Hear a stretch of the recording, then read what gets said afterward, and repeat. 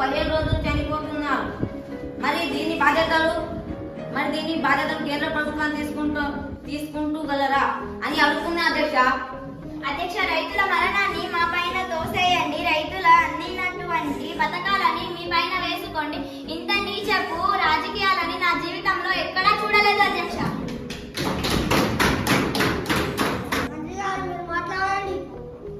అధ్యక్ష, అలాంటి నీచపు ఆలోచనలు నాకు కన్నా మా పార్టీ కానీ ఉండవు. మంచి ఉంటే మంచి చెప్తా, చెడు ఉంటే చెడు చెప్తా. అది మా పార్టీ సిద్ధాంతం.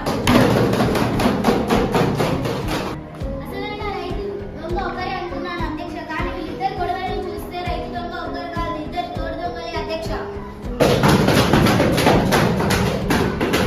అసలైన తోడు దొంగలు వీళ్ళిద్దరే అధ్యక్ష. కేంద్ర ప్రభుత్వం డబ్బులు ఇవ్వకపోతే వీళ్ళు ఊర్లలో మొఖాలు చూపించగలరా? అధ్యక్ష, అసలైన తోడు దొంగలు వీళ్ళిద్దరు అధ్యక్ష.